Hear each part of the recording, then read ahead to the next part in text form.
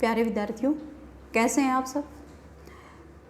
आज की जो हमारी वीडियो है वो पाश्चात्य काव्य शास्त्र में कॉलरिज का कल्पना सिद्धांत पर आधारित है।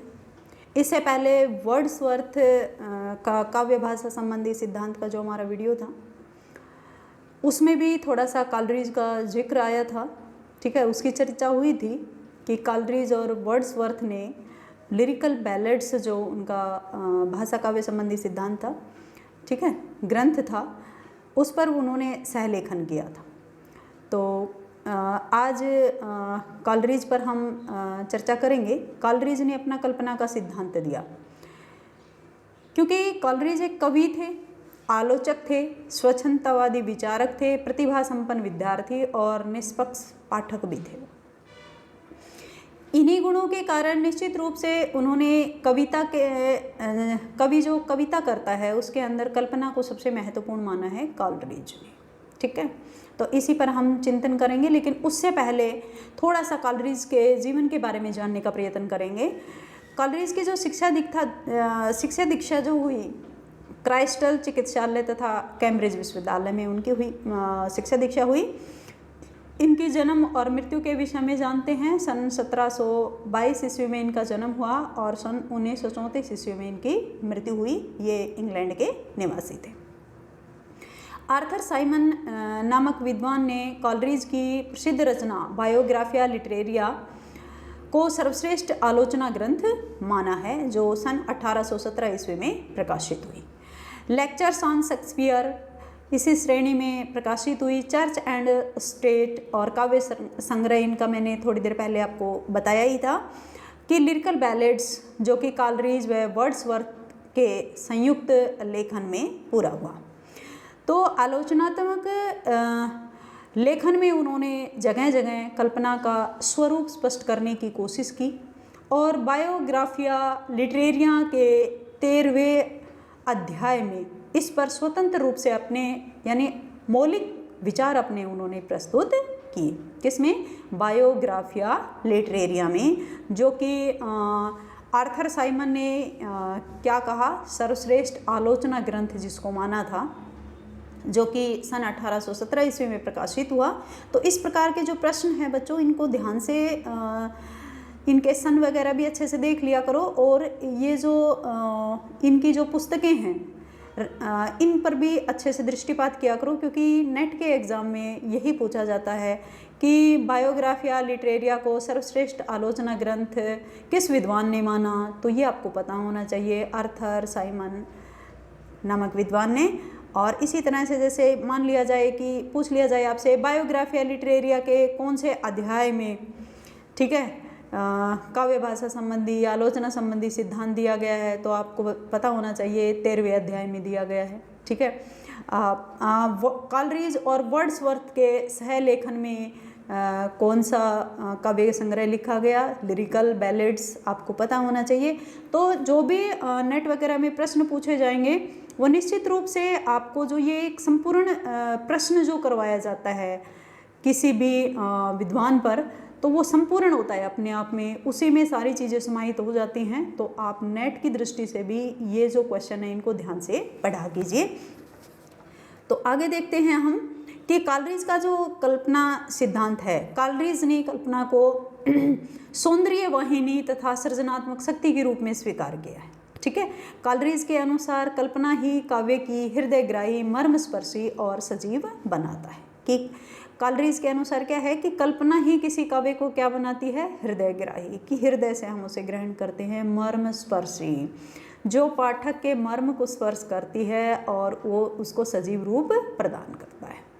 कल्पना शक्ति हृदय और बुद्धि, ठीक है, कल्पना शक्ति ऐसी होती है जो हृदय और बुद्धि के अंतर्जगत और बाह्य जगत का सामंजस्य स्थापित करती है। यानी कल्पना के द्वारा ही उन दोनों के अंदर सामंजस्य स्थापित किया जाता है। कॉलरिज का कल्पना सिद्धांत दर्शन एवं तत्व चिंतन की आधारशिला पर प्रतिष्ठित है।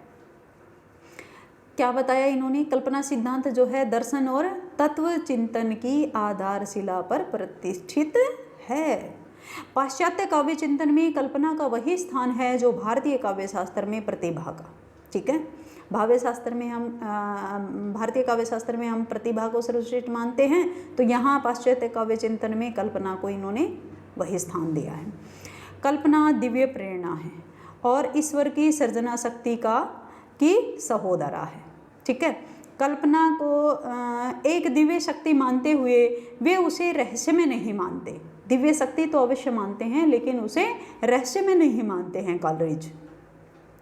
कॉलरिज कल्पना को काव्य का मूलाधार मानते हैं क्योंकि विरोधी गुणों में सामंजस्य का कार्य कल्पना ही करती है। कल्पना विभिन्न तत्वों का एकीकरण करने वाली मानसिक शक्ति है। यह विरोधों का सामंजस्य एवं संतुलन भी करती है क्योंकि कल्पना के द्वारा ही उसमें क्रम व्यवस्था सब बनाई जाती है कविता के अंदर। तो कॉलरिज कल्पना को ही सबसे अधिक महत्व प्रदान करते हैं। अब देखिए, कल्पना को ये दो रूप में मानते हैं कि जो कल्पना है उसके दो रूप होते हैं। एक होती है प्रमुख कह सकते हैं, मुख्य कह सकते हैं या प्राथमिक कल्पना कह सकते हैं। दूसरी है गौण कल्पना। तो मुख्य कल्पना जो होती है उसको एक तरह से प्रमुख कल्पना हमारे संपूर्ण इंद्रिय ज्ञान का आधार कह सकते हैं हम, यानी दूसरे शब्दों में सीमित मन में असीम सत्ता की आवर्ती कह सकते हैं, यानी ईश्वर की आवर्ती। असीम सत्ता क्या है? ईश्वर। इसका मतलब यह है कि प्रमुख कल्पना जो है वह संसार में ईश्वर की प्रतिनिधि है, यानी जो कुछ भी ईश्वर ने रचित किया है इस संसार में या वस्तु जगत में, ठीक है, उसकी प्रतिनिधि है वो। ठीक है, तो वो क्या कहलाएगी? प्रमुख कल्पना, यानी वह ईश्वर द्वारा रचित है तो वो प्रमुख कल्पना हो गई। लेकिन गौण कल्पना किसके अंतर्गत आती है? कवि और कलाकार की। यह मुख्य कल्पना की छाया मात्र है। लेकिन जो गौण कल्पना है ये क्या है? मुख्य कल्पना की छाया मात्र या प्रतिध्वनि कह सकते हैं हम इसे काव्यात्मक कल्पना भी कहते हैं। यह चेतन तथा ऐच्छिक है। ठीक है, यह विघटन और संगठन, विनाश और निर्माण दोनों करती है। इसके माध्यम से मनुष्य स्वयं सृष्टि रचने में समर्थ होता है। यानी जो गौण कल्पना होती है उसका जो मानव है वह स्वयं सृष्टि रचने में समर्थ होता है। क्योंकि देखिए, गौण कल्पना जो क्या बताई? मुख्य कल्पना की प्रतिध्वनि है, उसी की क्या मानी है? प्रतिध्वनि। तो कहते हैं कवि या कलाकार जब भी कोई कल्पना करता है तो निश्चित रूप से वह जो कल्पना होती है वह विनाश भी करती है और निर्माण भी करती है। और कहता है कि जो गौण कल्पना का जो मनुष्य है वो स्वयं सृष्टि का निर्माण करने में सक्षम होता है। अब थोड़ा सा हम मुख्य कल्पना और गौण कल्पना में अंतर देखेंगे कि मुख्य कल्पना और गौण कल्पना में अंतर क्या है। मुख्य कल्पना अचेतन और अनैच्छिक होती है, जबकि गौण कल्पना जो है वो चेतन और ऐच्छिक होती है, स्वयं की इच्छा होती है उसमें। मुख्य कल्पना का संबंध जहाँ मनुष्य मात्र से होता है। मुख्य कल्पना जो है मनुष्य जगत या वस्तु जगत की हम बात कर रहे हैं, मनुष्य ने निर्माण किसका किया? मनुष्य का, तो मनुष्य जगत से हो गया उसका संबंध। वहीं गौण कल्पना कवि या कलाकार का विशेष वरदान होती है। मुख्य कल्पना केवल निर्माण करती है, जबकि गौण कल्पना विनाश और निर्माण दोनों करती है। तो कुछ विद्वानों के यहाँ विचार देख लेते हैं हम, जो लगभग नेट की परीक्षा में पूछ लिए जाते हैं कि कॉलरिज पर जो है कॉलरिज पर जर्मन दार्शनिक सेलिंग और कांट का प्रभाव देखा जा सकता है। पूछ लिया जाता है कि कॉलरिज पर किन जर्मन दार्शनिकों का प्रभाव देखा जाता है, तो सेलिंग और कांट का। अब एडिसन ने कल्पना के विषय में अपने क्या मत दिए हैं कि कल्पना मूर्ति विधान करने वाली शक्ति है। अगर ये पंक्ति आ जाती है कि कल्पना मूर्ति विधान करने वाली शक्ति है, ये जो है ये कोटेशन किसने दी थी, ये पंक्ति किसने कही? तो एडिसन ने। ठीक है, उसके बाद आचार्य रामचंद्र शुक्ल ने भी कल्पना के विषय में कहा कि मानसिक रूप विधान को ही कल्पना या संभावना मानते हैं। कल्पना के दो रूप मानते हैं वो कौन से दो रूप हैं? विधायिका और ग्राहिका। तो इस प्रकार से ये कुछ नेट के लिए इम्पोर्टेंट पंक्तियाँ थी जो मैंने इसमें डाल दी, तो ये आपको याद होनी चाहिए क्योंकि अक्सर ये पूछी जाती हैं। कॉलरिज का देखिए, कॉलरिज ने कल्पना और ललित कल्पना पर भी चिंतन किया। जब हम काव्य रचना करते हैं तो कल्पना भी होती है उसके अंदर और ललित कल्पना भी होती है। ठीक है, ललित कल्पना से आप ये समझ लीजिए कि किसी कल्पना की सजावट के लिए, साज सज्जा के लिए यदि हम उसका प्रयोग कर रहे हैं। कल्पना के लिए जहाँ इमेजिनेशन शब्द का प्रयोग किया जाता है, वहीं ललित कल्पना के लिए फैंसी शब्द का प्रयोग किया जाता है। ललित कॉलरेज से पूर्व जो ये दोनों कल्पनाएं हैं इनको एक ही माना जाता था, यानी अलग अलग नहीं समझा जाता था, बल्कि कल्पना के अंतर्गत ही ललित कल्पना को भी मान लिया जाता था। लेकिन कॉलरेज ने दोनों को अलग अलग माना और दोनों के अंतर का अध्ययन किया। जिस प्रकार से प्रतिभा जो है वो प्रज्ञा से ऊंची है, प्रतिभा का हमने भारतीय काव्य शास्त्र में परिचर्चा की है। प्रतिभा जो होती है वो जन्मजात होती है, प्रज्ञा जो होती है उसे अध्ययन से प्राप्त किया जाता है। तो यहाँ पे ये क्या कह रहा है कि जिस प्रकार से प्रतिभा जो है वो जीनियस, जिसको हम जीनियस कहते हैं, ठीक है, प्रतिभा को जीनियस, और प्रज्ञा को क्या कहते हैं, टैलेंट, ठीक है। तो ये क्या कहता है यहाँ पे कि प्रतिभा जो है वो प्रज्ञा से ऊंची है, उसी प्रकार कल्पना जो है वो ललित कल्पना से श्रेष्ठ है। तो प्रतिभा को यहाँ क्या मानना है, कल्पना, और प्रज्ञा को क्या मानना है, ललित कल्पना। कि जिस प्रकार से प्रतिभा प्रज्ञा से श्रेष्ठ है, उसी प्रकार से कल्पना जो है वो ललित कल्पना से श्रेष्ठ है। जैसे प्रतिभा को प्रज्ञा की आवश्यकता पड़ती है, ठीक है भाई, जीनियस तो है व्यक्ति लेकिन उसको टैलेंट की तो आवश्यकता है ना। तो इसी प्रकार से ये कहता है कि जिस प्रकार से प्रतिभा को प्रज्ञा की आवश्यकता पड़ती है, वैसे ही कल्पना को भी ललित कल्पना की आवश्यकता पड़ती है। यानी काव्य रचना में कल्पना को भी ललित कल्पना का सहारा लेना पड़ता है। फिर भी दोनों में क्या है, पर्याप्त रूप से अंतर है, ठीक है। तो उस अंतर को हम जानेंगे कि दोनों में क्या अंतर है। तो यहाँ हम देखते हैं कि जो कल्पना और ललित कल्पना में अंतर है वो इस प्रकार से है, क्योंकि कल्पना जो है विभिन्न पदार्थों में एकीकरण और सामंजन करती है। विभिन्न पदार्थ यानी विभिन्न वस्तुएं हैं, या फिर हम यही समझें कि मान लीजिए कि कोई कहानी है तो वो अलग अलग टुकड़ों में बटी हुई है, ठीक है। उस कहानी को हमने एकीकरण करना है, व्यवस्थित करना है, क्रम से करना है, तो उसमें समंजन का जो कार्य है वो कल्पना के द्वारा किया जाएगा, ठीक है। ललित कल्पना क्या करती है, यह केवल संयोजन करती है, और संयोजन में न सरलता होती है और न ही मार्मिकता। अब इसको हम कैसे जानेंगे, संयोजन क्या करती है। संयोजन से हम ये समझ सकते हैं कि जो ललित कल्पना है, फॉर एग्जाम्पल कि जब हमें कभी स्वप्न आता है, ठीक है, तो स्वप्न में हमारे मन में, मस्तिष्क में जो है वो बहुत सारे विचार आते हैं, लेकिन उन विचारों में न कहीं सरलता आती है, न कहीं मार्मिकता आती है, बल्कि जो वो हमारे स्वप्न होते हैं उनमें पता नहीं कहाँ कहाँ की जो कहानियाँ हैं वो हमारे दिमाग में आती हैं। सुबह उठकर हम देखते हैं, उन स्वप्न को याद करते हैं कि इनके तो हाथ पैर आपस में कहीं जुड़ ही नहीं रहे हैं।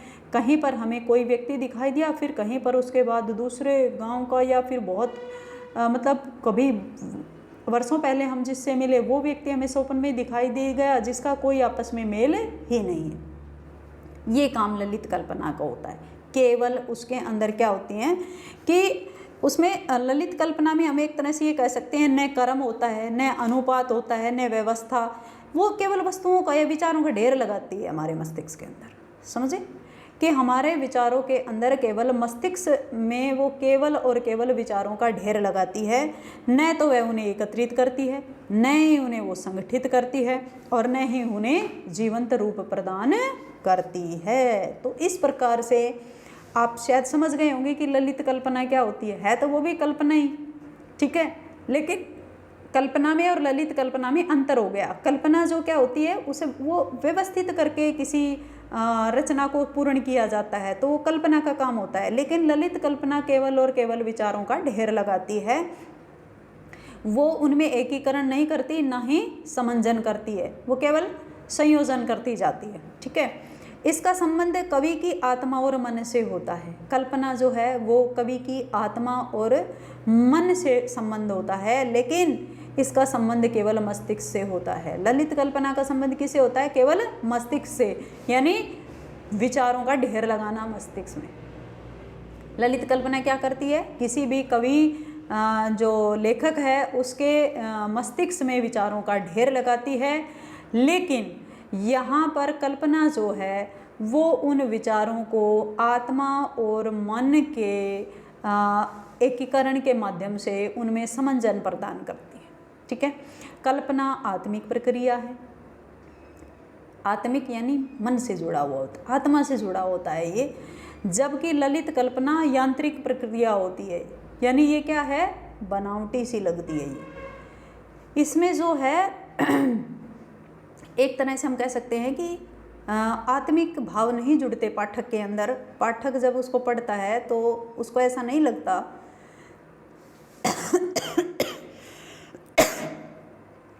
सॉरी प्यारे विद्यार्थियों, थोड़ा सा गला अवरुद्ध होने के कारण आपको कष्ट हो रहा है।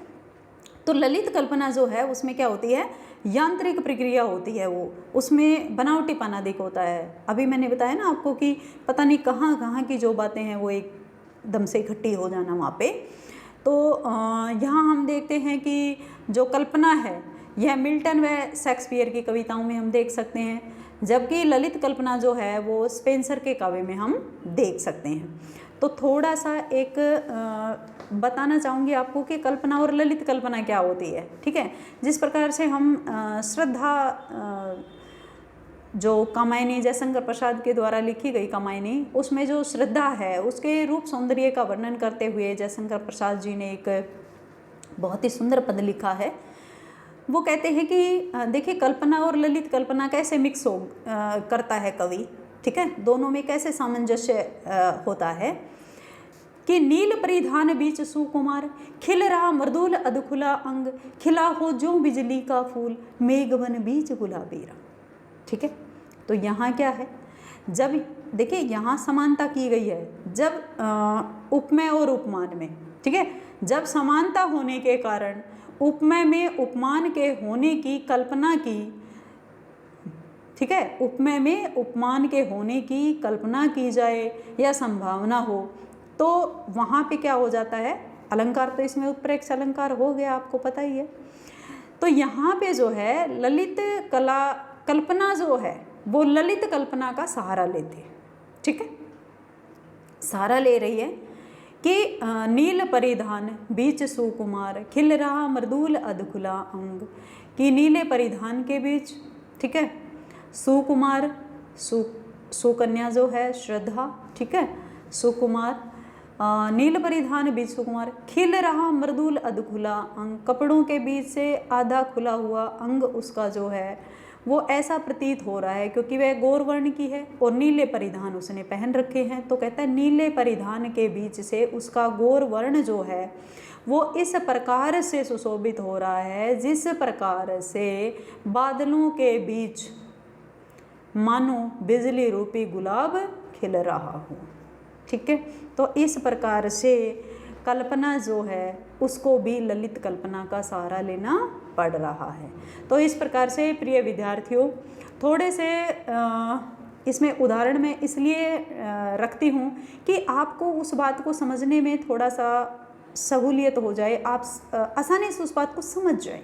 ठीक है, तो मैं पूरी कोशिश करती हूँ कि पाश्चात्य काव्य शास्त्र जितना कठिन बच्चों को लगता है उसको बहुत आसान बनाकर उसको आपको बताया जाए, तो निश्चित रूप से आपकी समझ में आ जाएगा कि इसमें जो चिंतक है, विचारक है, विद्वान है, उसने इसमें क्या कुछ कहने का प्रयत्न किया है। तो प्यारे विद्यार्थियों, आज की जो हमारी कॉलरीज का कल्पना सिद्धांत का जो वीडियो था यहीं समाप्त होता है। यदि आपको वीडियो अच्छा लगे तो आप इसे लाइक करें, दोस्तों में शेयर करें और चैनल को सब्सक्राइब कर दें ताकि आगे आने वाली नई वीडियो का नोटिफिकेशन आपको सबसे पहले मिल जाए।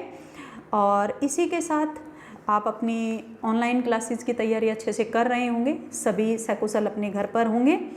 तो तब तक सब कुछ सामान्य नहीं हो जाता, तब तक ऑनलाइन क्लासेज आपकी सुचारू रूप से चलती रहेंगी।